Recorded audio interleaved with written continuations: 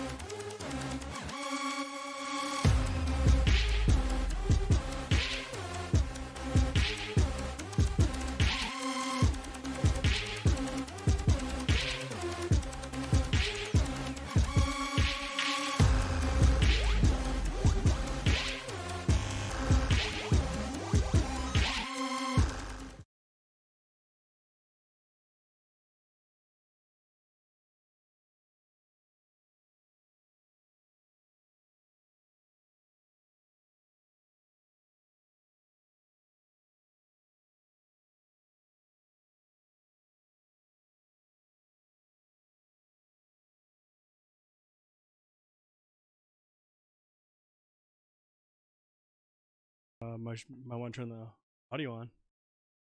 I always got to turn on the mics. I always forgot. Is that what you're supposed to do? That's what the mic on button means. Oh, That's what it means. hey, let's rewind that. Let's redo it. Welcome to another edition of Banter and Babble. I am the Dude 79, and joining me always, my esteemed colleague, Mr. Fanboy Tone. Mr. Fanboy Tone, how are you doing this evening again? Deja vu, but I'm doing well, thank you. How are you? I'm a little stressed out. Crazy week. Work was wild. Tricky Regent knows work's going crazy. Yeah. Got a lot going on there. Just a lot going on in general everywhere, dude. Oh my God, is there ever? A lot of stuff going on. We got a lot to talk about tonight.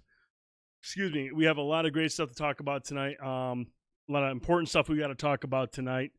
But before we get in, let's do what we normally do. Right. Let's talk a little bit about what we're drinking first and foremost. So this is a hefty one. It's a little thick. Last week that we got together, or last time, we did the IPA, which we're not a big fan of the IPAs because they're a little bit of the hopsy bitterness. Yes. So we want to try that Ninja Turtle one, the Ooze, which was, you got some good pineapple at the end, but a lot of piney as well too, and very hopsy. So we're done with that. We moved along. We tried it. We said, hey, we found that rare summer beer. This is going on the other side, so it's definitely got some bite. Porters typically do, but it's definitely nice and thick as well too. I love a good porter, and this is Founders Brewery. I mean, you can't get much better in Michigan microbrewing when it comes to one of the kings founders right there. So yes, I'm normally not into the thicker beers like this, normally because I like to drink a lot of beer, and these are obviously more like, hey, let's sit around and have like 2 or 3 beers and chill. I'm more of like the drinking a bunch of beer and getting smashed. Can't do that with porters. But no, it's got good flavor. It tastes really, really good. Yeah. Nice, good flavor going down. I'm definitely really digging that. That is really, really good. I'm really glad you got that tonight. 6.5%.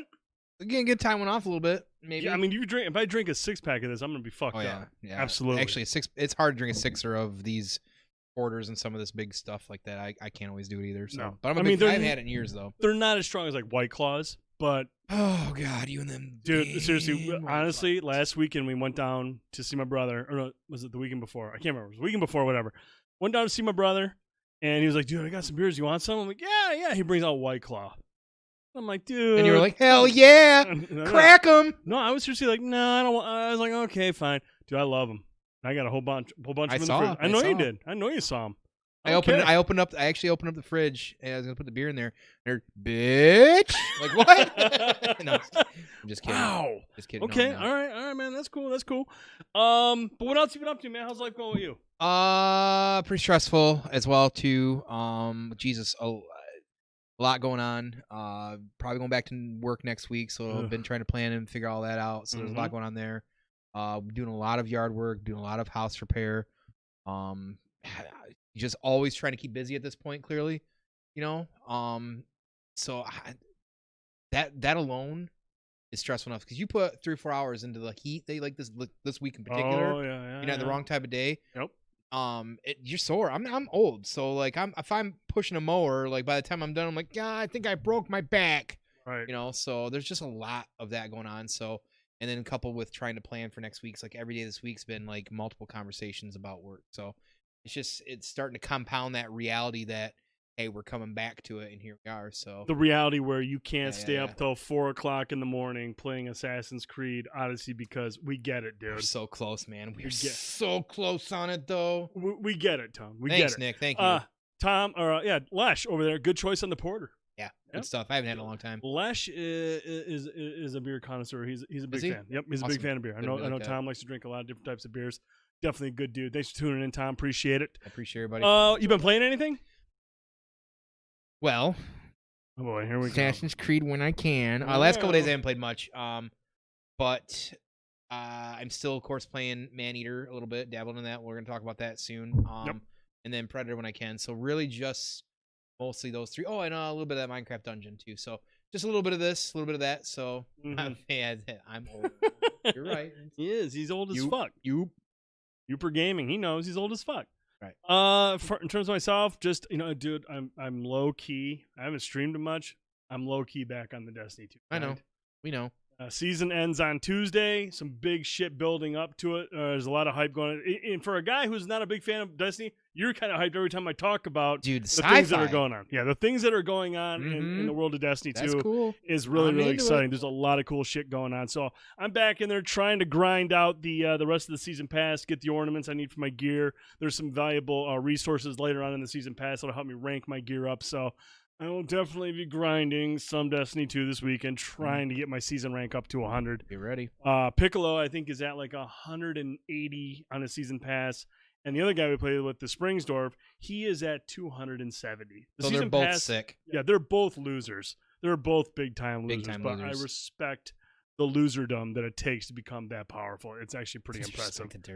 Everybody's got some jokes tonight. Thank you. Carl on duty. If this narrative ends like Game of Thrones, I agree. That's fair. If this, the hype that we've seen with these videos that have leaked. First, I told you about the one with the Drifter, and now we had one come out today that was officially released, even though it was leaked a couple days ago with Eris. All of them heading to either on or heading to Europa. Dude, it's building up, Carl. It's building up big time.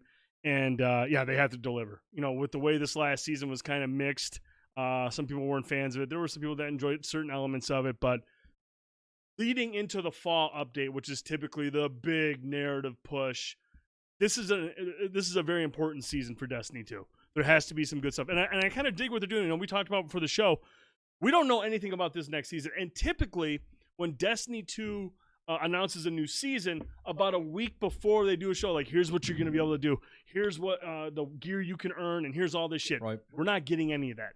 All we have right now is the Almighty hurtling towards Earth, and we're supposed to witness some kind of event with Rasputin. And I've, talked about what it could be and what it couldn't be and all this stuff. But what's going to happen is the season is going to end next Tuesday.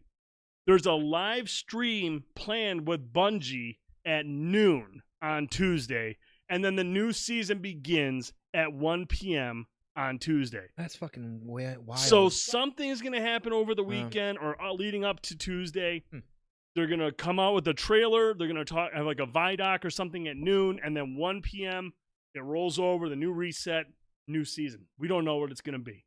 They just keep hinting at with these cool-ass cutscenes that are like just chilling, man. Some good shit. So really, really excited about that. I got a kid upstairs who's not happy.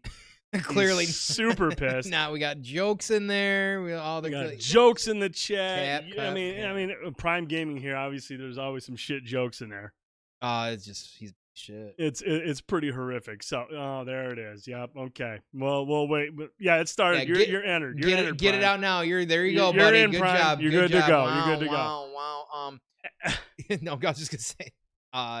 It's all exciting. Like it's just really random that they would set it like that. And right. I think that's gonna, especially for the community, that's pretty exciting. Yeah, it's definitely a different approach. And, you know, whether or not it pays out, like Carl on Duty says, man, if it doesn't pay off, yep, people are going to be kind of pissed about that. That's fair. So we'll see what happens. Now, as Prime alluded to, right, it's time for another giveaway this weekend. Yep. This week we have another giveaway going, and as you can see, we're down to, I can't count. What is that? 5? 5. Wow. Down to 5 Funko Pops. Got that number 5. So yes. So go ahead, please. No, I was just gonna say, as you're setting us up for the giveaway, as always, we want to thank Fett's Toy Depot, who now has a brick and mortar store. Yes. Will be fully open really soon. He's starting to take people in there. I was able to visit if you see him yesterday as I was doing some grocery stuff and stop in, give him a little bit of love and check everything out. So a lot of stuff in there. If you're looking to connect with him and need rare Funkos and even other collectible stuff, he might be able to help you there. Check him out on Facebook, Fett's Toy Depot. Pretty exciting. A lot of good stuff there. And we again thank him to be able to sponsor us enough and support us in this giveaway. And the giveaway has officially begun. You can now enter to win a pop figure. Nick, we are over on Mixer. That's where Prime Gaming is. If you want to come over to Mixer, come over to Fanboy Tone, and we got something to talk about as well as that. Oh, fuck you, Prime. You're such a low life. How do I enter? Yeah, whatever. If you want to enter in to win, all you got to do is type in !enter. That's how you enter the giveaway. If you want to win one of these Funko Pop figures, if you're not Prime Gaming, go ahead and hit !enter right now so you're entered in. We want to be able to hook somebody up with a cool Funko Pop provided by our good friend at Fett's Toy Depot.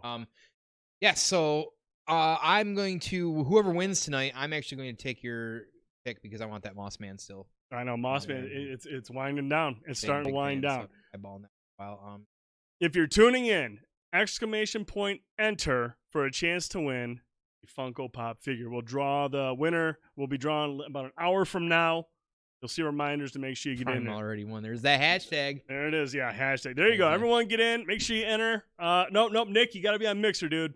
Nick, you got to be on Mixer. Get over here to Nick. Get over here to Mixer, Nick. Sign up. It'll take you a minute. You'll be good to go. Speaking of Mixer. Exactly what he's saying was I was going to help segue. Speaking of Mixer, we have an announcement to make. It's kind of a pain in the ass. We know it. To have 2 Mixer channels. You know. You're watching it on the Dude 79 or you're watching over on Fanboy Tone. It's kind of annoying. Have a co-stream going up. I'd like to officially announce that we now have a Banter and Babble Mixer channel. So now you no longer have to go to one of our channels and watch a co-stream and have it be all like split up. You get one fresh channel. And I will put it in here, the chat. Now what we're going to do, we're going to give you a moment. Go over there right now. We'll wait for you. Click on it right there. By then. Go over, follow it, and come back. We'll wait. Take your time. Go ahead. Do it right now. Everyone do it now. Click on the link. Go over. No, I'm at the beach. He was talking about being at the beach. Are you really at the beach? He probably is. No, seriously. For those of you that tune in every week, we love you and want you to be there. Appreciate you. We're going to just make it a lot easier, a lot more simple. Have it at one channel. Go over there real quick. Do it right now. We'll wait. Seriously, we'll wait. Yeah, we're not gonna talk about anything. We'll wait. Yeah. I'm gonna count. He's drunk as shit. 20. He's drunk as shit. Fuck yeah, Cuddles. Let's go. Do we have any like music we can play while this is going on? I think we can sing.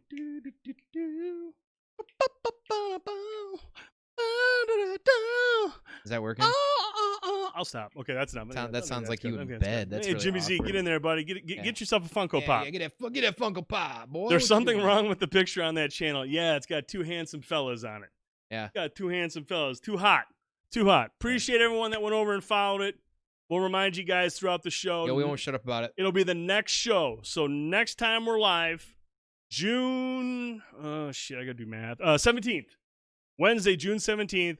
We'll be live on mixer.com/Banter and Babble. No ampersamps. No ampersand, just Banter and Babble. So we will be down to one channel as opposed to both of our channels. So one more time on the exclamation mark, hit enter, get in that giveaway. If you're here, there's 3 thumbs. Now he had to probably re-download that Mixer app. He had to dust that off. But get in that giveaway. And at the top of the hour, we'll holla at you whenever it tells us if it's top of the hour. I don't know. But last thing we want to do, I think we have a command for this too. But if you haven't yet and don't realize, and you do use Discord, even small part, we started a Discord about a month and a half ago. I didn't. You're a real turd now. I know. I got it. Hang on. Okay, so we're gonna put that link in there too. If you have not joined our Discord, we really would appreciate it if you take time, hop in our community. We lead with Banter and Babble. It's we call it the Deviant in there because even though I'm typically the deviant one, there's a lot of deviant folks in there, but we'd love to have you in there. We want to hear from you mostly even about Banter and Babble. If you've got suggestions for the show, comments, topics, any of that stuff, please go at it there. And there's all kinds of great nerddom tabs to talk about because, as you know, we're a bunch of nerds about a lot of different things, a lot of stuff we talk about. Yep. Plenty of stuff to talk about in there. So come on and hanging out with us all day. Join the Discord today. Get in there. And, like I said, we got the food porn channel. That's my favorite channel, food porn. That is probably our most poppin' channel. Thanks to Ambiguous and Arvelous, those two nonstop. Yeah, Arvelous and Ambiguous. Yeah, dude, they're always one up in one another. And then I come in and show like a hot dog with mustard and onion, and they're just like, okay, whatever. I know. Like their dad is like, here's my chicken sausages with mustard, and they're like, well, here's my carbonara. I'm like, what the fuck? Man, I just got mac and cheese on mine. Awesome. So no, seriously, make sure you jump in there, join that community. Exclamation point enter. We'll draw in about an hour when it's done. It'll say Prime Gaming wins. We'll scratch that and do another one for 5 minutes if that's what happens. Awesome. We just don't want Prime to win again. That's right. That's what I'm trying to say. He's a piece of shit. Okay. Hey, Kaylee. Yeah, you a nerd, eh? Go put your head in the sand, you nerd. How's that? You like that, King? Kaylee, you're a cool nerd. It's cool to be a nerd. Yeah. Cool to be a nerd. Yeah, it really is. Your dad's a big nerd, the wrong kind. Okay. So. Obviously, this is a show where we like to goof off.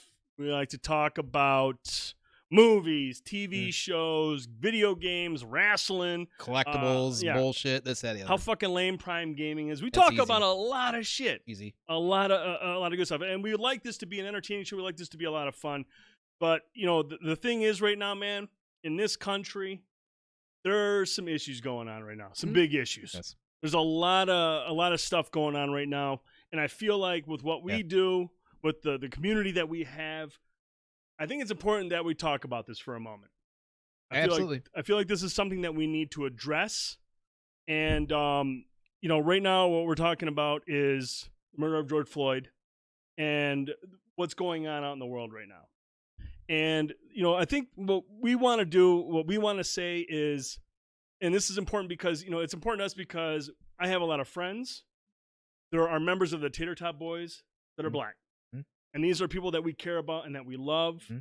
And I know it's easy in situations like this. It's really easy for us to just say, I understand. Sorry to hear that. I understand what you're going through. But in reality, we don't understand. I can't sit there and tell people to, you got to understand what they're going through. I can't say that because I don't even understand. I'm white. You know what I'm saying? I have not gone through what they've gone through. And so what we want to tell you right now is just listen.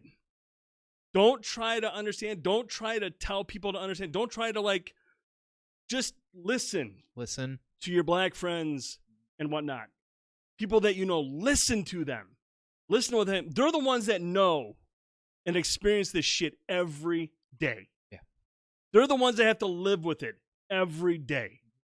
And until you listen to that, even then, you can't fully understand. There are things that you can do. Listening is the first one, and talking, open that conversation with them, and learning and being, what can I do, right? For you.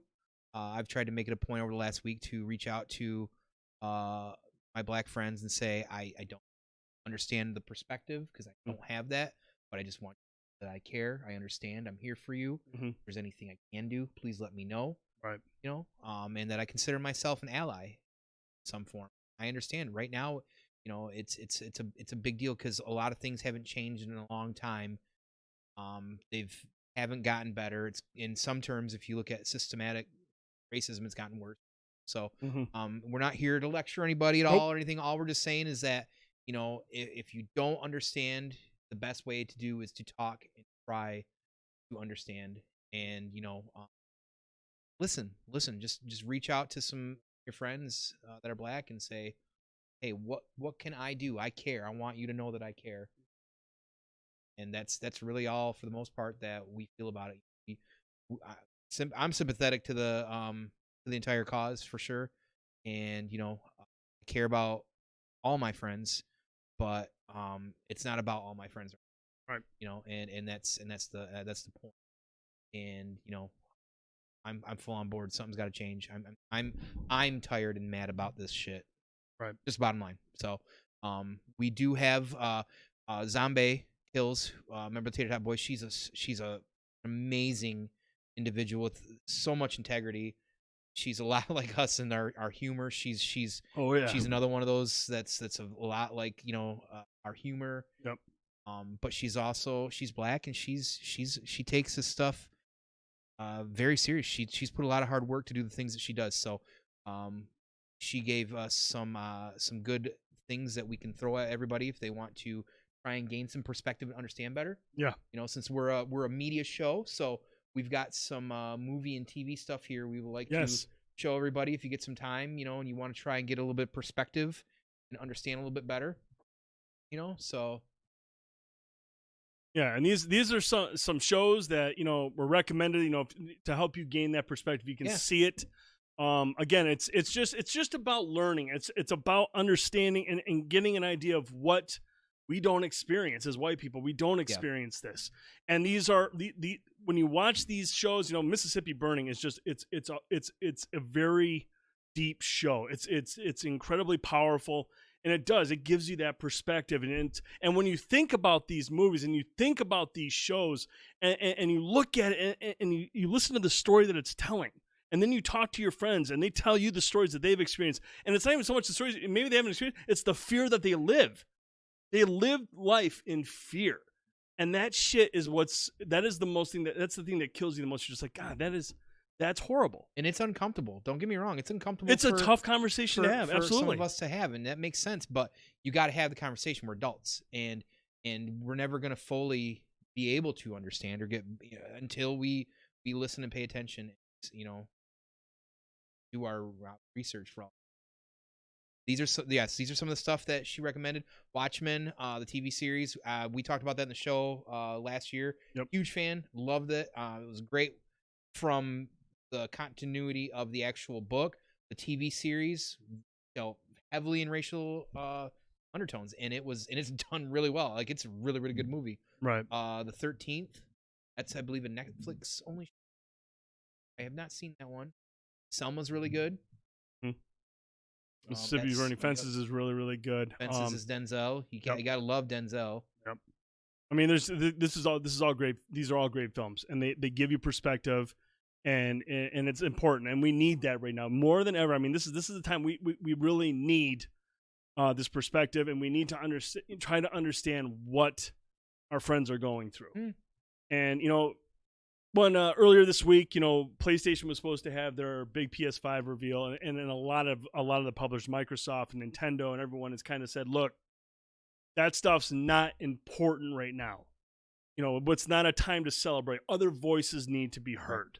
And this is a show, like we mentioned, this is a show for entertainment, laughs, where we get drunk.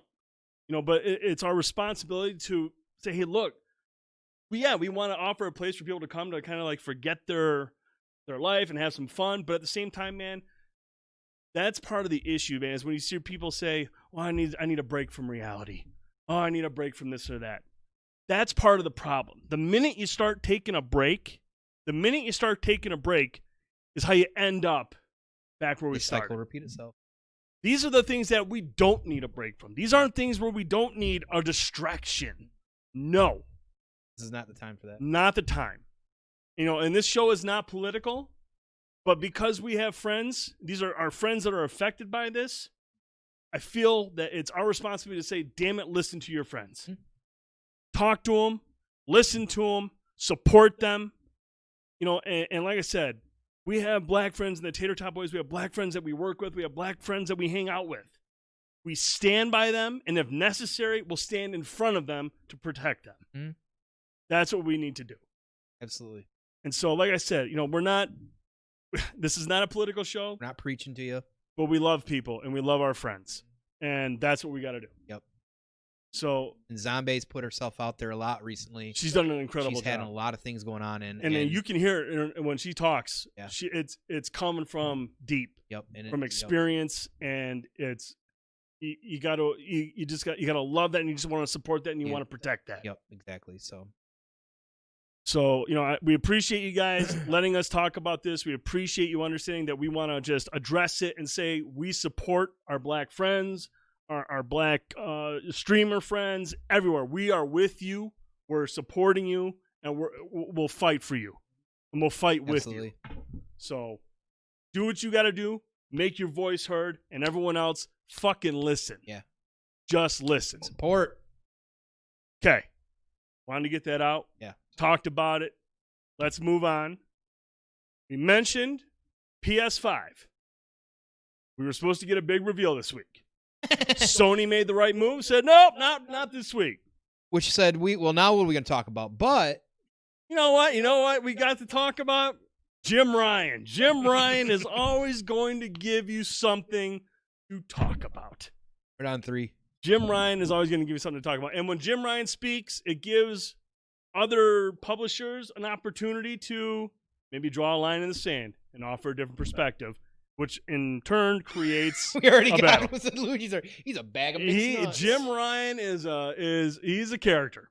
He's a character. Do you remember? I don't know if you remember during the PS3 era, they had that dude, the VP of so and so, all the commercials. They had that one dude that was the VP. I don't know if you guys remember this. It was a long time ago.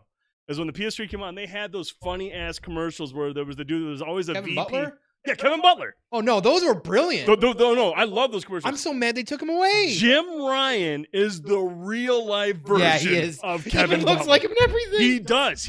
Seriously, dude, he looks like Kevin Butler. Dude, Kevin Butler was brilliant marketing. Kevin Butler was an absolutely brilliant marketing technique, but now we have real-life Kevin Butler. Wah, wah. So anyways, as they're talking about the PS5 and the Xbox Series X, one of the things that people were that Jim Ryan said this week, like Jim Ryan does, he just says stuff that people go, huh? What are you saying? Here's what Jim Ryan said. We have always said that we believe in generations. We believe that when you go to all the trouble of creating a next-gen console, that it should include features and benefits that the previous generation does not include. That's fair. And that, in our view, people should make games that can make the most of those features. End quote. Basically, what Jim Ryan is saying is like, look, when we make a game for the PS5, it's not going to be a game that's going to work on the PS4. You're not. This is built for this tech and only this tech. Right. Which people got upset about.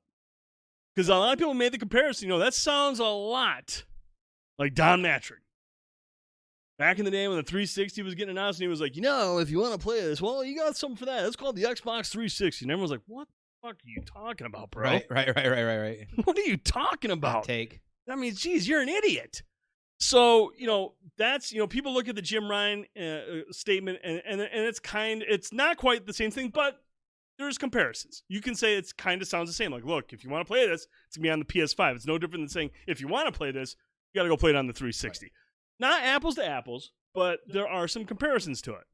So everyone's all like, oh, well, I want to be able to play these games. And that brings up the backwards compatibility thing. And, certain games aren't, Xbox is like, hey, look, play it here. If it's on the Xbox One, it'll be on Xbox Series X. And you got the upgrade system, the smart system. You're going to get all that stuff. And, of course, Jim Ryan goes out there and trips over his feet and makes a cool comment that maybe doesn't have enough explanation to it.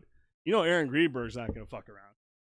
Aaron Greenberg's going to come in. Xbox believes in generations. Generations of games that play on the latest hardware, taking advantage of next-gen innovation, offering more choice, value, and variety than any other console launch ever. All our studio titles launch into Game Pass, and you get those next-gen upgrades for free. End quote. All right, cool. So Aaron Greenberg comes in and says, hey, we give a fuck about generations.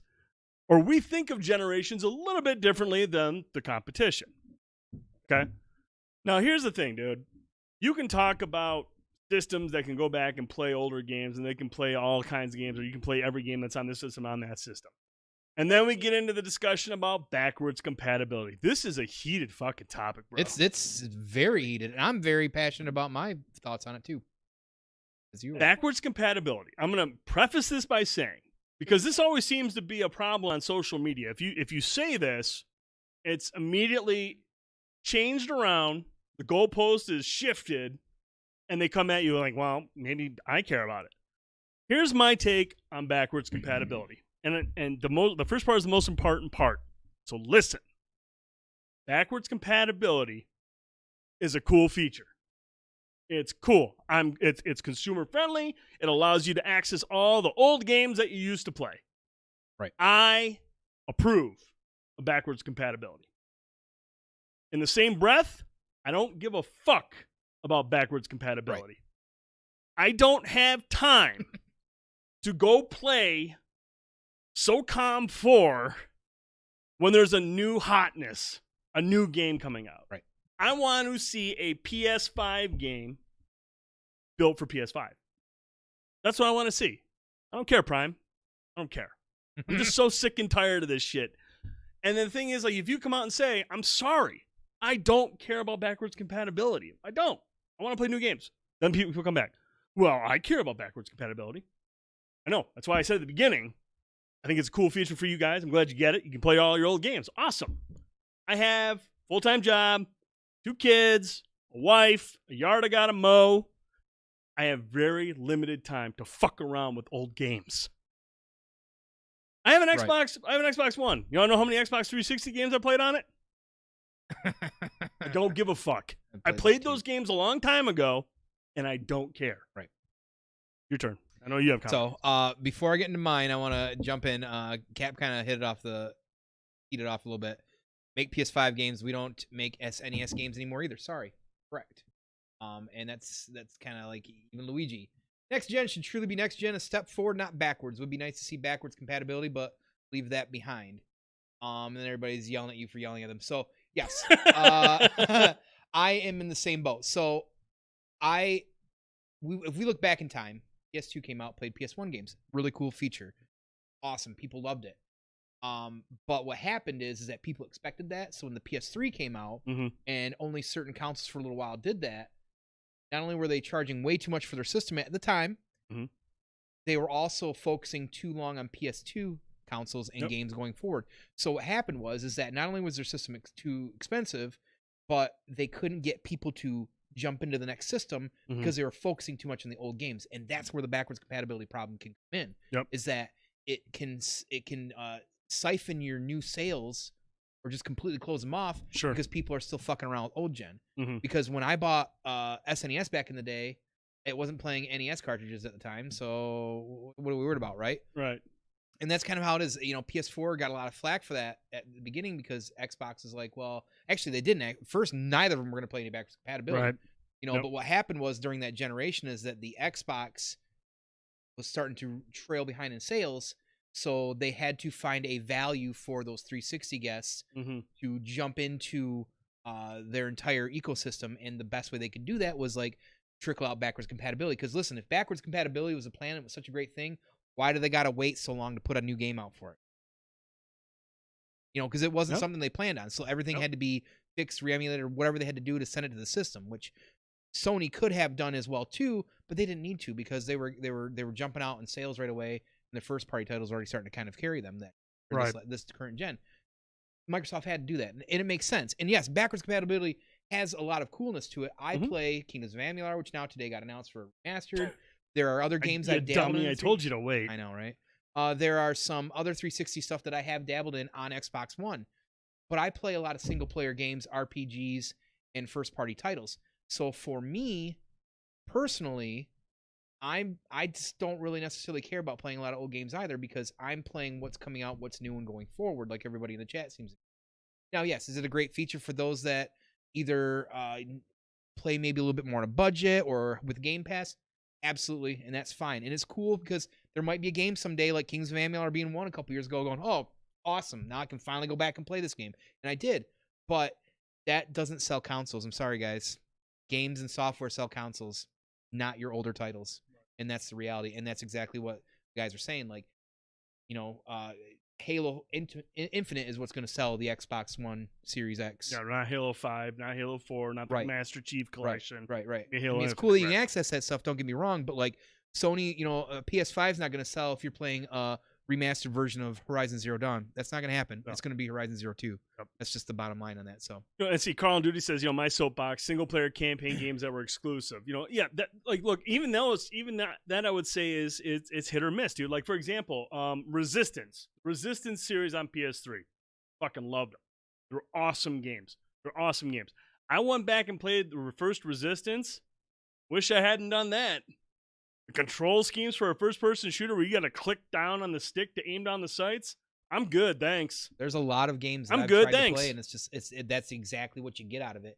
Is that like you go back and play these games, they're nostalgic and fun, but there's a reason why they ended up in the past, because clearly what was this, Jeff Ryan? Mm-hmm. Jim Ryan, excuse me. What he's saying is that you get something new, you're moving forward with that. You're not going back. You're not going backward and playing that stuff. Like we've got new tech, new features and stuff like that. Why am I going to worry about this old game and then oh, by the way, here's Spider-Man 2?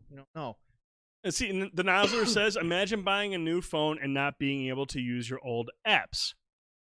Okay, I don't know if that's not. I don't think that's 100% the same.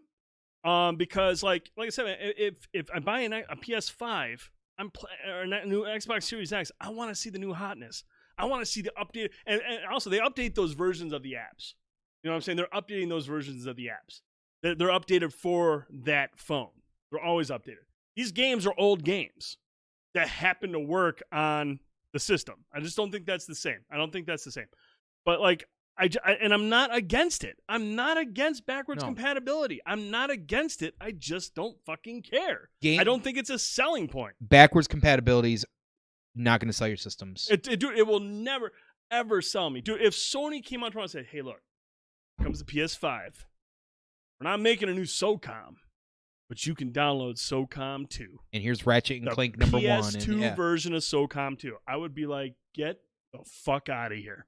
Right. I have fond memories of SOCOM 2, but I don't want to play that SOCOM 2. I want to play a nice, beautiful, big budget, high def, brand new HDR, beautiful with awesome controls, with the same SOCOM 2 DNA. That's what I want. I'm not buying these fucking systems to play old ass games on a big screen TV, bro. I'm not. And I'm sorry, that's not a selling point. Not to me. For other people, absolutely. I'm happy for you. But I'm not going to fucking champion it. I'm not going to be like, man, this is why I need to buy an Xbox Series X. No. And I'll even go as far as say the remaster game that people do. Like, oh, I haven't seen this game in 2 generations. Let's remaster and put it on here. Okay. Depending on the title, it might be exciting. If they modernize it, cool. Sure. Yeah, like Final Fantasy VII Remake, for instance. Right. Or oh my God, just things like that in general. But like, if you're telling me, oh man, Twisted Metal Black's getting a remaster for the PS5, that's cool. But how about a new Twisted fucking Metal? Please. Right? So I'm not like the remaster things. Yeah, like the Mafia remaster thing. I heard that's a major letdown. I haven't tried it. Neat, but I'm not gonna touch it. I don't give a shit. So there we are. That's at least how that goes. That's I think we both kind of agree on that one. Again, I don't understand. Cool feature, but yeah, and it's just so bizarre how on social media, or if you say, I don't care about backwards compatibility, how quickly people are like, well, what the fuck? I mean, it's a cool feature. I didn't say it wasn't a cool feature. I think the reality that people need to understand when they look at it, this is my take on it, is that if Mafia wasn't that good to begin with. That's fair. It's not like the remaster was a letdown. It was just polishing a turd. But like, if the PS5 and the Xbox One Series X comes out tomorrow, right?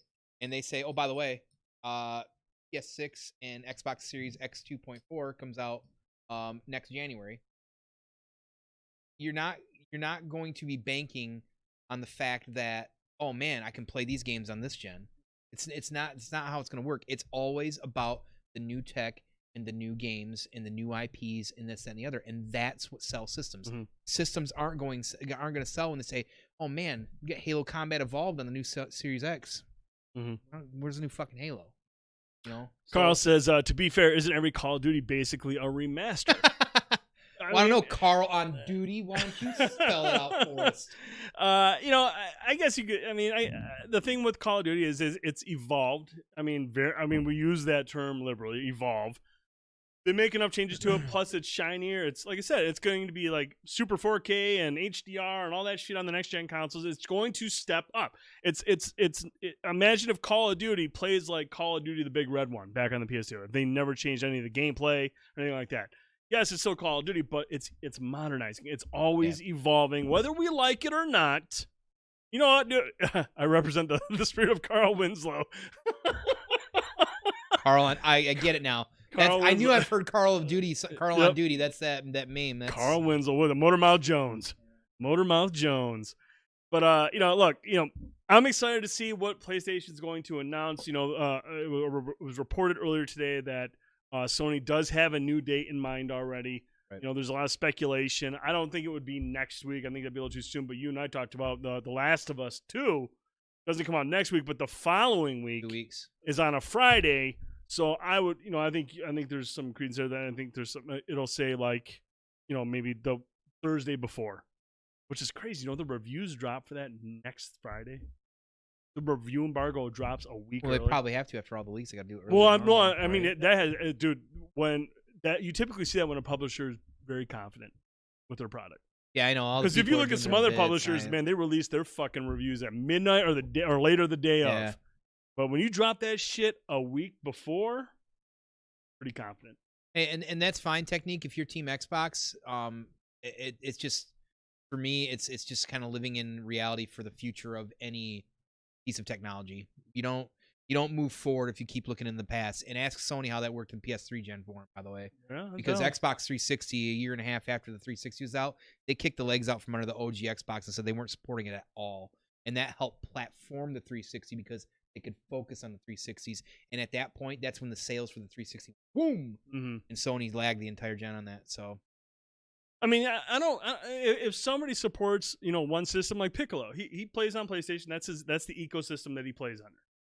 He's got all of his trophies there. That's his ecosystem. I get that part of it.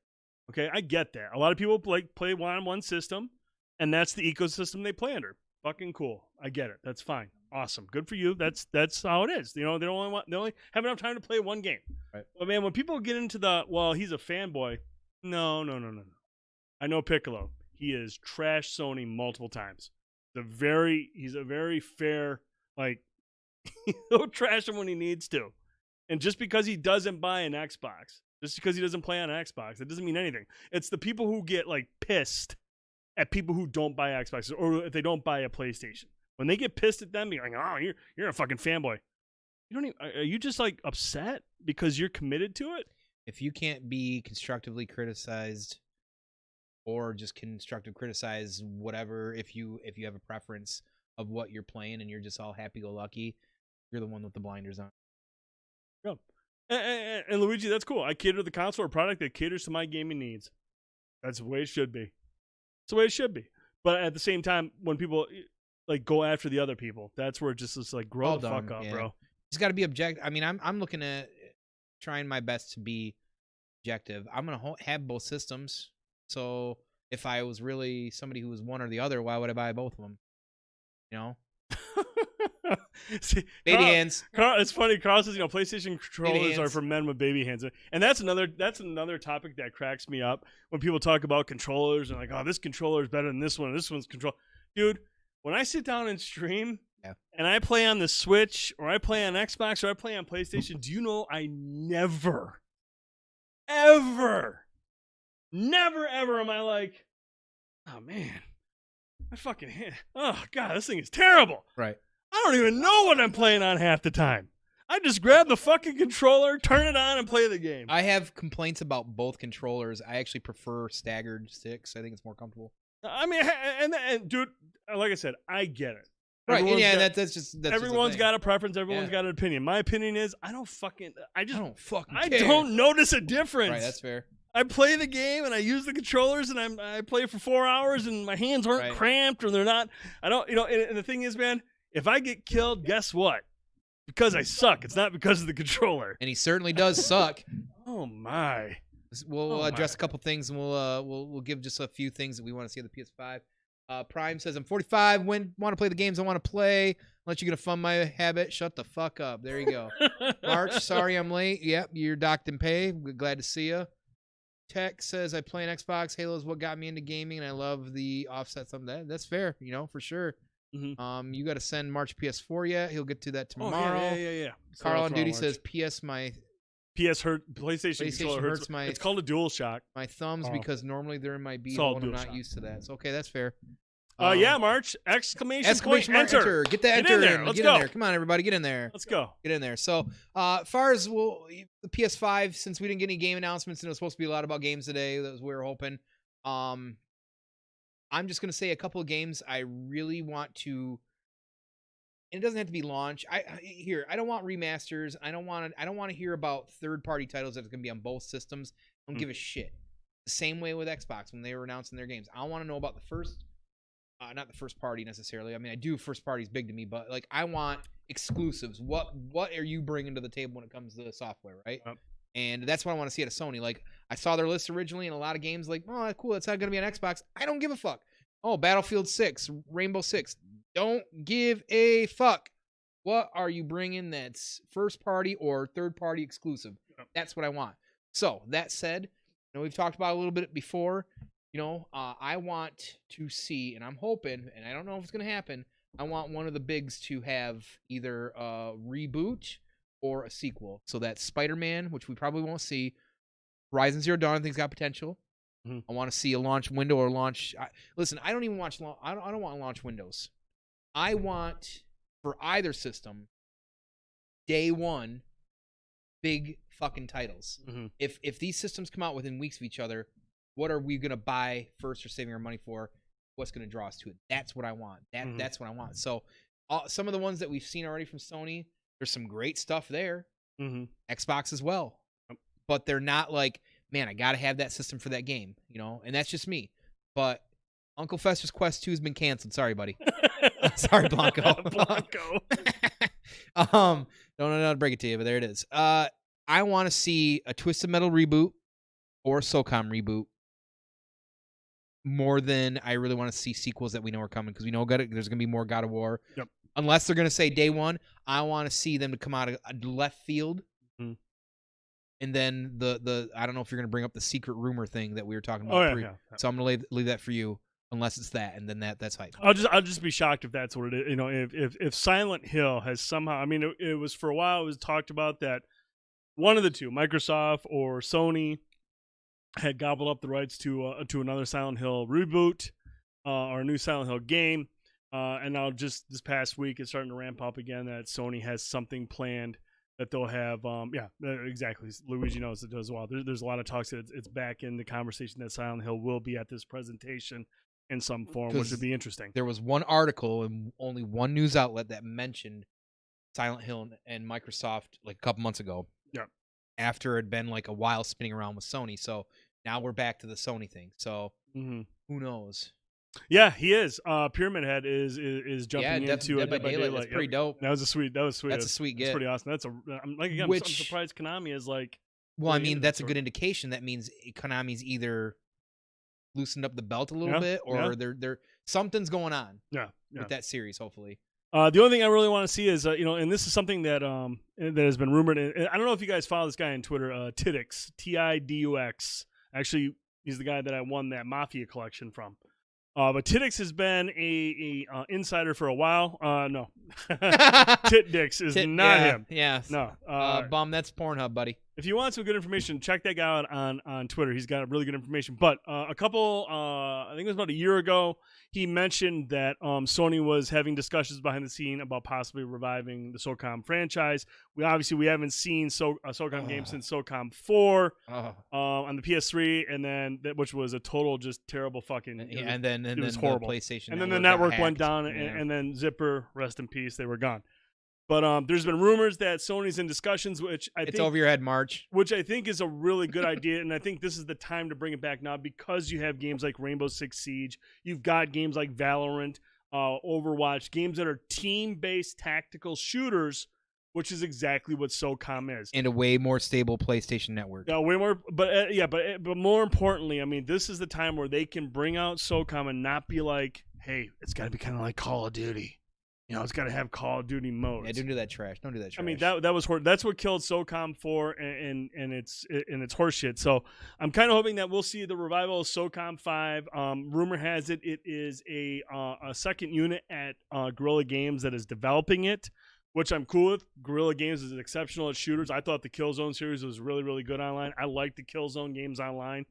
Their multiplayer was actually really good. One that could inherit. So they could definitely totally handle a multiplayer shooter. And if there's something that Sony needs, if they have that lack of a multiplayer exclusive, but the conversation is always like, oh, well, there's no multiplayer games on Sony.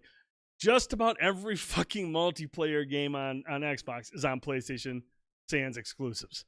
So there are plenty of multiplayer games, but they do need something like their own Halo that is always being played. Their staple multiplayer game. And man, back in the day, SOCOM 2 at some point had more players than Halo. So, I mean, there's a lot of people that love that franchise. There's a lot of people that would love to see it make a return. But the thing is with Sony, they have to do it right. They have to bring it back the right way. They have to look at the model that Rainbow Six Siege has done. Yep. Say, look, man, this is a tactical shooter, not a running gun. Bring it back. Keep it third That's person. all I want, dude. I really don't give a fuck about any other exclusive. I mean, obviously Horizon Zero Dawn 2 would be cool. But for myself, as a SOCOM fan, we're due for a proper sequel, and with team tactical shooters at a high rate now, what better time now than ever? So yeah, that's your big one. March, I'm fair enough. How's that sound? What's March yelling about now? She's doing her thing over there. Is she doing her thing? She's always doing her thing. Technique says, yeah, I would never scrap the silent. Yeah. I wish I would have lost my hard drive with my PE download too. That's very, very. I still have mine. Shut up. No one still likes have you. Mine. And Luigi. Remember then SOCOM and PlanetSide 2 were main shooters. Yeah, that was a 7 year ago. Yeah, SOCOM Battle Royale could work. I've had some interesting conversations with. You don't think so? No, I'm a big SOCOM guy. I had a really good idea with it. It's honestly really funny that he mentioned that because every time I've played PUBG, I'm like, man, this is like it's almost like it's SOCOM in a battle royale, and that's the first thing I thought about PUBG is like, oh, this is like a battle royale SOCOM, which is fine. It's cool. Battle Royale. I enjoy Battle Royale, but man, SOCOM is about the 6v6, 5v5 tactical shooter. What if it was 6v6 BR though? That's where I'm just 6v6 BR. Yeah, like that's what if you had team deathmatch. Okay, fair enough. So we're gonna move on from that discussion. Am I the only one that ever thinks PUBG either sounds like a really bad STD or like a shitty shit that you take? Like, it's both. Oh, man. Surprise! Spoilers. It's both. Right. I had it's Arby's both. Today and it gave me a really bad PUBG and the toilet's broken. It sucks. Maybe it's just me. I like PUBG. I think it's fine. I don't think it's great. I don't think it's the best battle royale. But when I played it, I was like, you know what? It's whatever. No, it's whatever. Well, it's because you suck at those fucking shooters. As soon as all the other ones came out, you're trash. Is what you are. You're trash. What? Yeah, I'm serious, bro. What? All right. Yeah, we're excited for the announcement. You have to wait a little bit longer. More important messages have to be relayed first. More important things need to be discussed. But we're gonna find out about this thing sooner or later. Sony has a date. We'll find out at some point when that's gonna be, and when it is, we'll talk about it then on the next Banter and Babble. And as he's transitioning. Let's see. Prime once again, says please go to the new channel if you haven't. Banter and Babble. Mixer.com/Banter and Babble. No ampersamps. Follow that channel. That's where we're going to be starting in 2 weeks. June going 17th. forward. We'll of course we'll host it our channels, but that's where you can find us right out the gate. That's gonna be where the conversations are gonna be had. So if you haven't already, again, we'll allow you a moment. Click on that link. Follow the Banter and Babble page over on Mixer. That's where the show will be live. That's where the conversation will be had. And don't forget to join our Discord as well if you have not yet joined our Discord. Hey, I think I got that. Control V that. Boom. There you go. Boom. Join the Discord, get in our community, and give us anything that you have, thoughts, comments, feedbacks, topics, please, of the show. And more importantly, get in there and look at that food porn channel. It is hot. The reason, again, and we talked about it, we'll move on to the next topic in a moment. The reason we want you guys in the Discord is because that's going to allow us to explore the phone in, bring somebody in who's listening to discuss it with us on the air, so your voice can be heard. It's different when you guys are in the chat because we're always trying to monitor and stuff like that. But what we want to do is have that Discord built up. We're working on it. Hey, Chance, welcome to the party. You're always you're never late. You're just here. Right, what up, dude? You're never late to the party. You're just here. But we want you to join the Discord simply because once we enable the ability for people to call in, so to speak, to chime in on a certain topic, you got to be a part of that community because we're going to run it through Discord. So it's going to be very soon. I'm still working out the finer details. We're probably going to, I want to see if we can do a test run this weekend, actually, to try it out. I think it'd be a lot of fun because a lot of you have a lot of great comments, a lot of great things you want to say. And it's sometimes we miss it in the chat. This gives you an opportunity to kind of phone in through the Discord. We can funnel it through the game or through this. And there you go. Long-time listener, first-time caller. That's what we want to hear you say. So make sure you get in the Discord. Make sure you can do it. You can do it. And exclamation mark enter if you still have not gotten that giveaway. Exclamation point enter if you want a chance to win. All right, moving on. Baba booey. Baba booey. Movie review time. Yes. There is a movie on Amazon Prime called The Vast of Night. And guys and gals, I saw the trailer for this last year in the fall. And the trailer consisted of this incredible tracking shot. The one in the movie where she runs outside and then there's the shot through the entire town. Dude. I mean, blew my mind. Here's the thing with The Vast of Night. It is a sci-fi thriller. But it's not your typical sci-fi thriller. When you think of sci-fi thriller, you think of big budget. You think of invasions. You think of CGI. You think Welcome to Earth. Yeah, Welcome to Earth. You think about all that stuff. Right. This movie is shot incredibly well. It is expertly crafted. The way they start this off is they treat this kind of like it's an episode of The Twilight Zone. I can't remember the name of the show that they use in the movie. But it's such, a first-time director. And home run. Yeah, and a grand slam. I mean, this is, you guys, if you have Amazon Prime, make sure you check out The Vast of Night. Yeah, it's the short of the long, but first of all, watch the damn movie. Yep. And make sure you're watching it in the dark, turn the lights off, get the sound on because the music is there. I mean, but it's all about the performances in this movie. There's only like two main characters, but there's some other people that chime in. The two main characters and some of the shots, the way they draw, there's so many like single take shots. For one example, there's one moment where she's on that switchboard, and I mean, it's about 10 minutes of a single shot. The camera's not panning away, it's not switching away, it is locked on, and it's just they're great performances all around. It's a very minimalistic movie.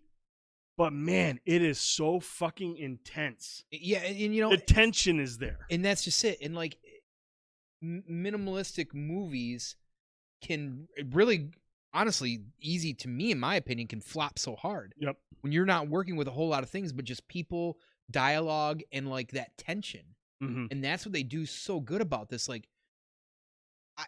I'm telling you what. So like when I'm watching this, I expected more, but how they do this is that you get more because they put more on you. Yep.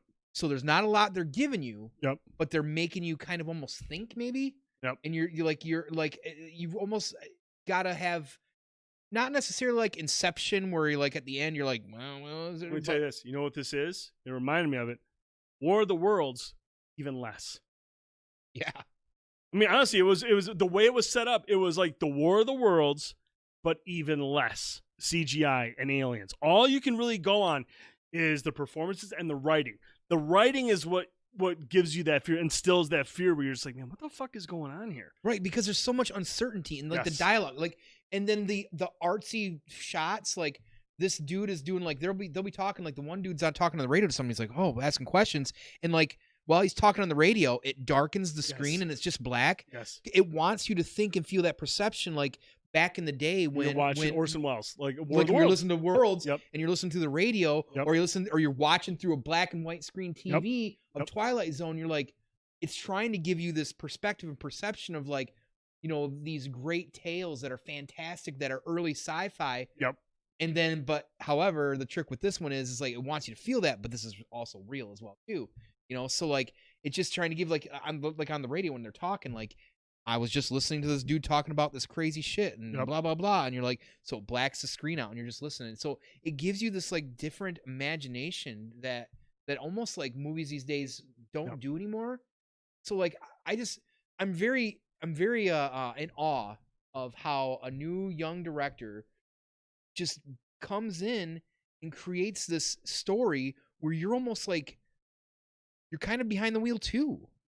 Oh yeah, you're like along for the ride. You're learning as they learn it. You're like that's the mystery of it. Technique. We're talking about The Vast of Night. This is available now on Amazon Prime, and I'm telling you, like Tone talked about, man, the way this guy shoots this movie is so impressive. Not only the tracking shots that are single take shots, but like he talked about the stuff that was so cool, man. Is the moment you're watching this movie and it just seamlessly either transitions to like this old 1950s TV view. It's like this black and white view, and you're like, what's going on? You're like, okay, yeah, I feel like this is what they want. These are these sci-fi type of movies that are alien invasions from like the 50s and 60s. And then, you know, like you said, the best part of that movie, the best part, the most impactful part is where the guy calls in and talks about where he used to work. And like he mentions, as you're watching this movie, this guy's on the phone describing something, and the film just blacks out. It fades out, it fades to black, and then you just hear people talking, and you're just like, dude, this is what it was like listening to this shit on the radio back in the day. And back then, and it's impactful. You're just like, fuck, man, this was actually pretty intense. I can see why these people fell. Exactly, and they thought it was real. And that's what I'm gonna say again. Come back full circle is that it wants you to have an experience instead of watching, you know, all these crazy sci-fi UFO saucers come up and you're watching jets go take them out and there's Randy Quaid yelling at him and shit. Like, this wants you to use your imagination. Yes, it does. And feel like what it felt like during the Roswell times and during the 40s and 50s of like, what is a UFO? We're just learning this. You're telling me this crazy mystery, and you know, radio is the main communication back then. You know, so like it's wild, man. Like you lose yourself into this movie. Oh, yeah, and I just watched absolutely. this is gonna sound crazy. I just watched Fire in the Sky. That's a good one, dude. I haven't seen that since I was a kid. Got Robert Patrick, D.B. Sweeney. It's an unreal cast. And I know we were just talking about some sci-fi recently because people were that was making around the route. The signs, alien walking down the alley that creeps everybody out, was making the rounds. And somebody brought up Fire in the Sky. And I just, like I said, I just recently watched it. I've been on a sci-fi and like fucking Lovecraft kick during quarantine. So watching this after watching something like that, which has more, but that's supposed to be a true story, there were like feelings that made it feel real similar when you're watching Fire in the Sky because it's supposed to be real. These guys are like, they're walking to the bar and like, here's Robert Patrick, his best friend's gone, and they're like, what, did you murder him? And he's just like, you know what I mean? And that's kind of, who else was that? James Garner, Craig Sheffer. James Garner's in it. Craig Sheffer is the guy that's in charge. He was the quarterback in the program. Cain is Abel. Yep. And Robert Patrick, was Stephen Dorff? No. Yes, Commander. No. I thought Stephen Dorff was maybe I missed him. I don't know. I thought Stephen Dorff was in it, but I can't remember. But yeah, I mean, just an awesome cast. It was a low budget flick. It wasn't, and it didn't do particularly well at the box office. But man, that scene where DB Sweeney's out in the field and he gets hit with that beam, and they're driving off, you're just like, whoa! It was super intense. Dude, he'll always be Terry Fitzgerald to me. Spawn movie. What? Spawn. Terry Fitz. No, but that you guys, I'm telling you right now, Vast of Night of some of the movies I've seen this year, it's really good. That's like the echelon of like VFW and like Color Out of Space for me. It's an incredibly surprised me. It's so impressive for being a sci-fi thriller. Surprised me with a lot of the elements that typically that compose a sci-fi thriller aren't even there. It just rides out on the writing. It rides out on the performances. It rides out on the director's the shots that he takes, and it rides out on the music. It's just the most minimalistic sci-fi thriller, and it's so good. And the cast is very not. Dude, I don't know anybody in that movie. It's all new cast. If you are a director now and you're making high-budget sci-fi films, you better be watching this film because you're going to learn something. Yeah, honestly, well, That's if you guys and girls watch it, if you guys check it out, head back to the Discord. Let us know your thoughts. I thought it was fucking great. I thought it was really, really, really good. Tell me got on that.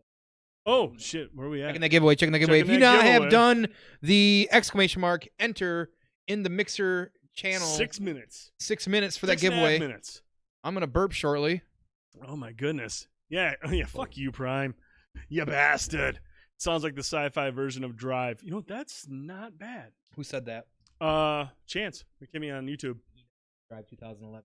Yes. I can see that. I can totally see that. There are some, because that's such an artsy, that's actually, there's so much not similarities to them, but there are certain director similarities. Yep.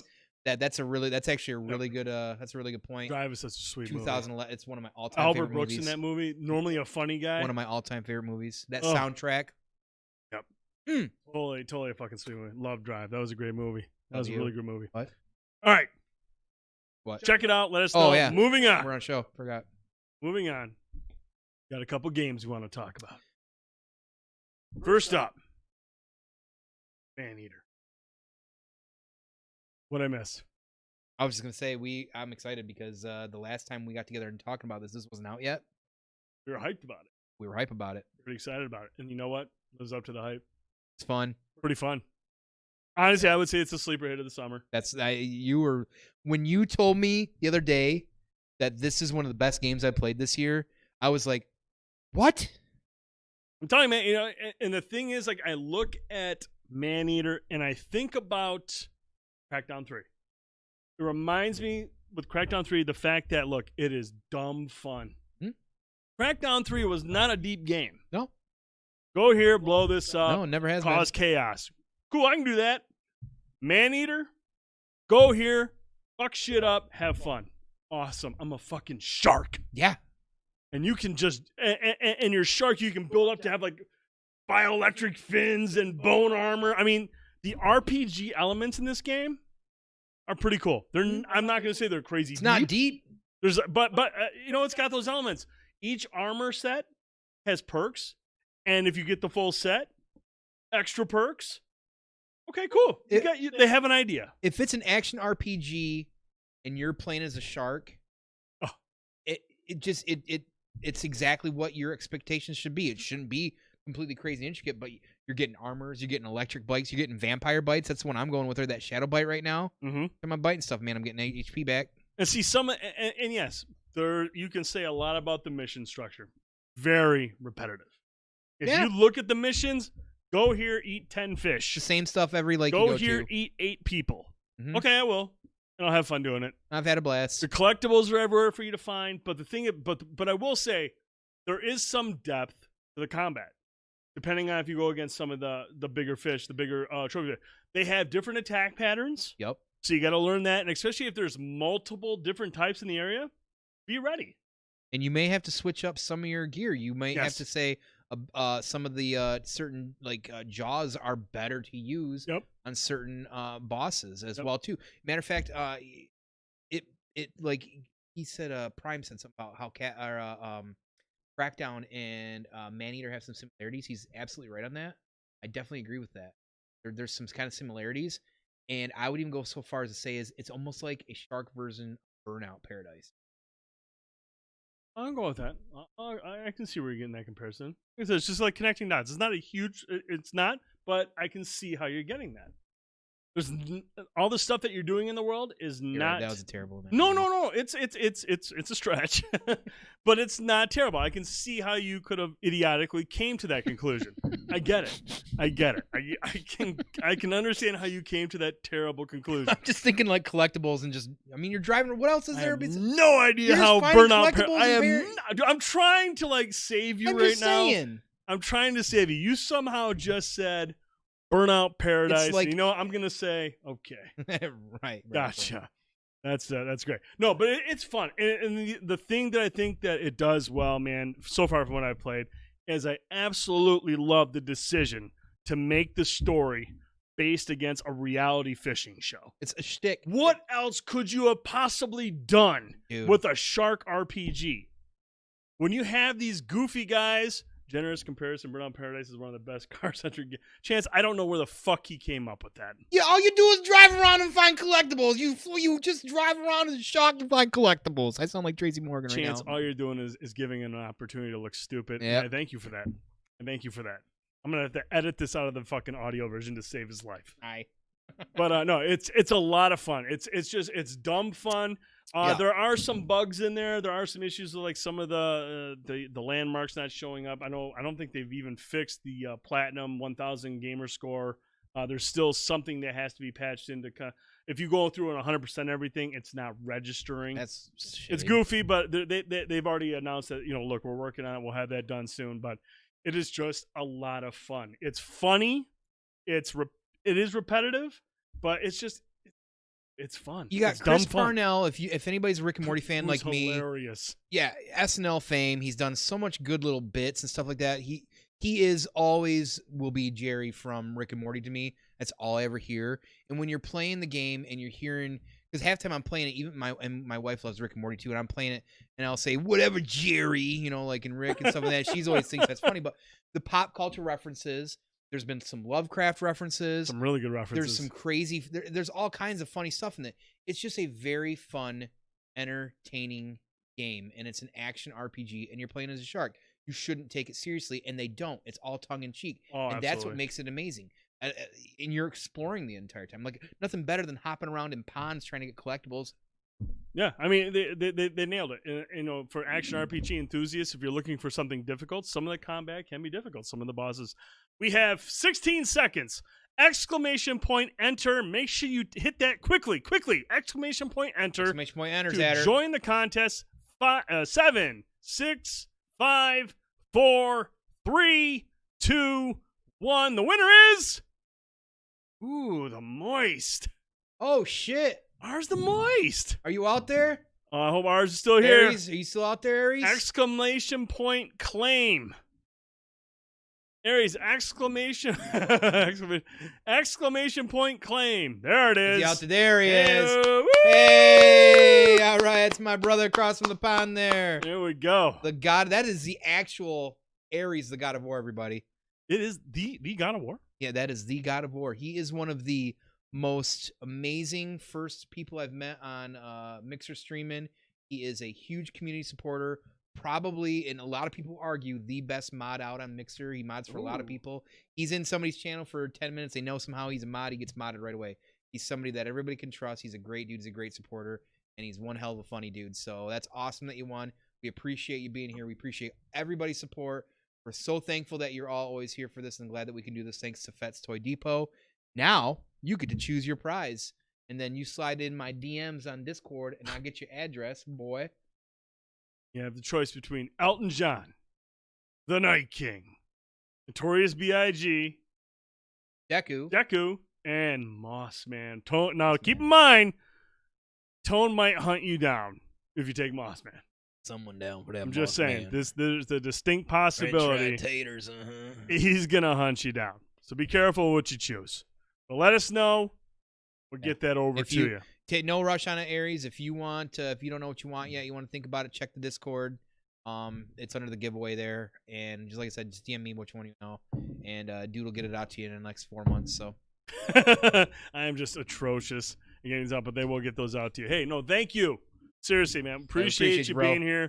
Appreciate you hanging out and chiming in. We appreciate everybody that's in here. We'll do another one. We've obviously, that's going to give us, what, 4 more? I have 4 more. Yeah, 4 more. So 4 more giveaways throughout the summer. And once we get through the Funko Pops, I've got some other potential things as well, too, that has been donated to us since Pet Swells. We'll get into that, too. So we got some really sweet things. Some originals. Plus, some big stuff coming up in the fall. It's true. Saying. Throwing it out there. Saying. Out there. Just saying. I like freebies. Hey, I love freebies. Ask your mom. All right. Now, talked about Maneater. Right now. Let's talk about the other one. I hate Minecraft. You hate any imagination, even though I hate any game that requires me to fucking be creative. I don't want to think. A cactus and a mountain is all I need. Classic. Which is funny because you get both of those in one level of Minecraft Dungeons. Yeah. Yeah, the cactus level is all cactus and mountains. It pisses me off because, like, that's my level. I made that. No, Minecraft Dungeons dropped. We played quite a bit. And, yes, Technique is right. It is low-key fun. No, you know what? It's high-key fun. Nice try, Drastin. You almost made it, dude. Exclamation point claim. Coming here throws prime bits right away, too. What a scumbag. No, Minecraft Dungeons is crazy fun. And you know what? The thing that I love about Minecraft Dungeons so far, you know, I haven't beaten it yet and I've played quite a bit, but is the loot. For these types of games, obviously the loot is where it's at. And here's the sad thing. I have it on Xbox. I have it on PS4. And I have it on Switch. They're cross-saving? No, they're not cross-saving. Why Because I want to play that shit. And you want to know why? My Switch character is the most boss motherfucker on earth. Oh, really? And I really wish it had cross-save because I would bring that over to every other system and dominate. No, Drasty, you just got to pay your note. Okay? Pay your note. Okay? Pay your note. You'll be fine. Thanks, Prime. See, Prime paid his note. Oh, Drastin's in Ohio. Oh, that's why. Hey, make sure to feed your hamster. He's in Ohio. That's why. I've beaten the first tier of the campaign. I'm on the second. Now, Technique, is the loot even better on the second tier? Because obviously it mentions, you know, the difficulty ramps up, and the loot's supposed to be better. Is it is it distinguishable? Like, is it much more much more noticeably different? Like, is it worth the grind? Ohio just got 3 gig internet. Yeah. Ew. Yeah, Tex, you're from Ohio? Sorry. We're from Michigan. We're Michigan, so obviously we're superior. I tell everybody else who lives in Ohio, when I flush my toilet, shit flows south, bruh. There you go. You're drinking our shit. Yeah. Tone, your thoughts on Minecraft Dungeons? We did a stream for that, full-on stream. Yeah, everybody. B&B Plays last Wednesday. Yep. We had you, me, Atomic, and the one and only Piccolo 930. Did I say that right? Yes. The infamous Piccolo 930. Very infamous. And it's, first of all, if you can get a 4-player co-op game that's like that, good times right out the gate. Awesome. Yep. This is literally Diablo and Minecraft had a very blocky baby, and you know what? It's awesome. And I love isometric dungeon crawlers anyways. Yep. Diablo, Path of Exile, Sacred 2 back in the day was my jam for the longest time. Mm-hmm. This game isn't as in-depth maybe as some of those as we've seen yet. Who knows what Tier 2 could bring, but it's got a lot of possibility, a lot of possible longevity. If they do this right, this could be a game that lasts and continues and continues and continues. Yes. Games like that can properly have added DLC, expansions. Honestly, like, I've been playing Minecraft since alpha in 2008 or 2009 on PC. I never expected, and when Microsoft bought Mahjong, I was like, I'm not cool with this. Like, this was a unique independent company. This is the kind of the thing I want. Played Minecraft in its alpha? Yeah, You're such a fucking loser. They didn't even have, I think all they had was pigs then, and maybe sheep, and creepers, and skeletons. No, I see why you played it, sheep. Don't even bring that up. That was proved false. But, and Zatter knows, we used to play some fucking shit ton of fucking Minecraft back in the day. He's got our old server on a thumb. Anyways, this game does such a good job of making the two combine. It really is for all ages. It's not overly complex. Yep. And honestly, kudos to Microsoft for continuing to support Minecraft so well, putting it on other consoles as well too, but doing such a good job with everything they've done with Minecraft. Yep. You know, there's been that realistic water they've added in some of them for like high-end either PCs or whatever it is. Mm. They've done so much with the series, and honestly, I'm surprised that they did. I was really worried that anybody who would have bought in that would just trashed it. And Microsoft has done a great job with Minecraft, and I really appreciate that because I know Minecraft sometimes is very controversial with people. I'm a huge fan. I don't play it much anymore, but I think it's one of the greatest games, honestly, of all time, just generally. And it's awesome that they're doing things like this. Yeah. Oh, Good time. I don't share his sentiment for the first Minecraft. I hate it because I'm just inept. Right. You're definitely not. It's survival. So like Drastin, who loves survival games, I don't know why he doesn't play Minecraft any day because it's better than Ark and it's Ark-like. It's because he's an adult. Why he doesn't play Minecraft? He's an adult. What if he has a square peepee? Then I can understand why. Okay. Technique says, but to answer your question, I think the loot is noticeable, but I've only done the first 2 levels on second playthrough. Okay, cool. I'm curious to see because, man, on each difficulty level, it's like, this shit, the loot is fucking great. Like, it gets better and better. So, but it's really cool. What systems are you guys playing on? All of them?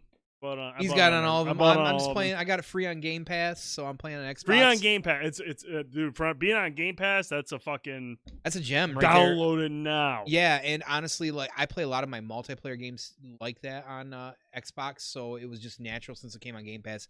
We had a ton of people to play with right out the gate. So yep. I want to explore it more. Like I haven't really been playing a whole lot of games the last few days, and there's been a couple times where I'm like, man, I should probably load up some Minecraft Dungeons, and then I think it's safe to say no. Were we gonna play that next Wednesday, or were we gonna try out that escape room game? I don't know. I might not be able to because of work. So fuck. I'll just play B&B Plays by myself. It might just be another night, actually. I can move it. We can move it. Okay, we'll talk about it. We'll see what for the next B&B Plays. We might play Minecraft Dungeons, or I think we should do Minecraft Dungeons again. Want to do Minecraft? Do one more, and I know you want to fuck around with whatever it is, but I want to go back to Dark Side. Technique. You have to embrace creativity in OG Minecraft. No, I don't. I don't. Well, and I enjoy what people come up with. Absolutely. Fuck Ark. Drastin, get out of here. Block Drastin. I spend most of my time building stuff and actually trying to complete the main objective, the Ender Dragon. That's cool. No, man. I dig it. Like I said, I love that people. love Minecraft, and I especially for kids. I love give the kids have an opportunity to really just expand their creativity and they're smarter than you and can create cooler shit. Oh yeah, fuck yeah, dude. I can't do shit. Boom, right there. Plus, my 7-year-old always wants to play it with me. Awesome bonding thing. I'm playing Minecraft Dungeons with my kids because I can actually enjoy it. If I play Minecraft with my kids, they're just building stuff. I'm like, you guys see my hill over here? This hill. Drastin and I have a dark history with Ark. He is a huge fan. He's a loser, is what he is. Believe this guy. It's a real dark past Ark. I'm pretty sure Drastin may have actual stock. It's so awesome. The guy does one of the best D&D streams online, but he plays Ark. Oh my god! It's like, are you fucking kidding me? This guy does an amazing D&D stream, and then he plays fucking Ark. Like, what? Why? What? How do you? He's a psychopath. So when we first met, we were playing Star Wars Galaxy. It was basically like early Ark and early Minecraft because there wasn't much to do in the fucking game except survival, and that's he's a survival playing game. I can only take so much of him. I ain't got the time or the patience for him. And through that, because it's garbage. It's garbage. But anyways, Minecraft Dungeons. 2 very enthusiastic thumbs up. Awesome game. If you have Xbox with Game Pass, dude, stop. Go download it now. Go play it right now. Yeah, definitely. No Man's Sky, Minecraft for space nerds. I couldn't get into No Man's Sky, but I know that game has evolved a ton, and it's on Game Pass. Still a huge fan. Hello Games, get it, baby. All right, March, feel Good better. For them. Good for them. Downloading, yeah, there you go, Cap. Get in there, buddy. Get in there, try. I think you'll dig it. I think he'll dig it. Well, he plays. Yeah, he got me into that fucking Path of Exile. Woo. Oh yeah, that's good stuff. That's good stuff. So yeah, 2 highly recommended games: Maneater and Minecraft Dungeons. Yeah. And that is gonna do it. Is it? I think we have. Do what else we have to talk about? Oh, hey, did we tell you guys? We're not done yet. Did we tell you guys? We're going to be on Mixer on a Banter Babble page. If you haven't done it already, give that a follow. Give that a click. Follow that. That's where we'll be on June 17th. That's where the next show will be. Banter and Babble on Mixer. Be there, do that. Good to go. Lastly, get in that Discord. Get in them DMs in the Discord. Get in that Discord because that's going to be the next evolution of Banter and Babble. This is the next evolution is we're going to bring in you, the viewer, chime in what we're talking about. We're going to give Drastin a chance to come in here, talk about art. And tell you to go fuck yourself, hopefully. And he'll talk for 10 seconds, and I'll say, oh, caller dropped off. Oh, my God. He's gone. Hang up on his ass. And what was I going to say? Oh, yeah, my brain completely stopped. So we're also, if we haven't talked about it a lot on here, too, we're expanding into other venues. Yes. You can also, if you haven't, we've talked about it before, clearly. We got a lot of folk that do listen to us on Spotify. Yes, Spotify, iTunes. Yep, yes. All that stuff. We are evergreen as always on YouTube. You can watch us live on YouTube. That's where Chance watches us. It's where we got a couple people, I believe, that watch us from time to time. People catch up on YouTube. You can also now catch us on Twitch, twitch.tv/Banter and Babble. Yep. And no ampersamps. You can catch us on there as well, too. So Mixer right now is still our lead. This is where we're doing our contests. Giveaways. This is a lot of part of our community. But we are branching out to get the Banter and Babble brand everywhere. Yep. So, if you have people and friends that you say, hey, man, I got a cool show or Facebook. Web show. Yeah, we're on Facebook. I'm sorry. We're yeah, even Facebook on Twitter right now. We're even live on Twitter. We're live on Twitter right now. So you have every outlet. And as always, we ask you if you would for us. We appreciate, of course, your time.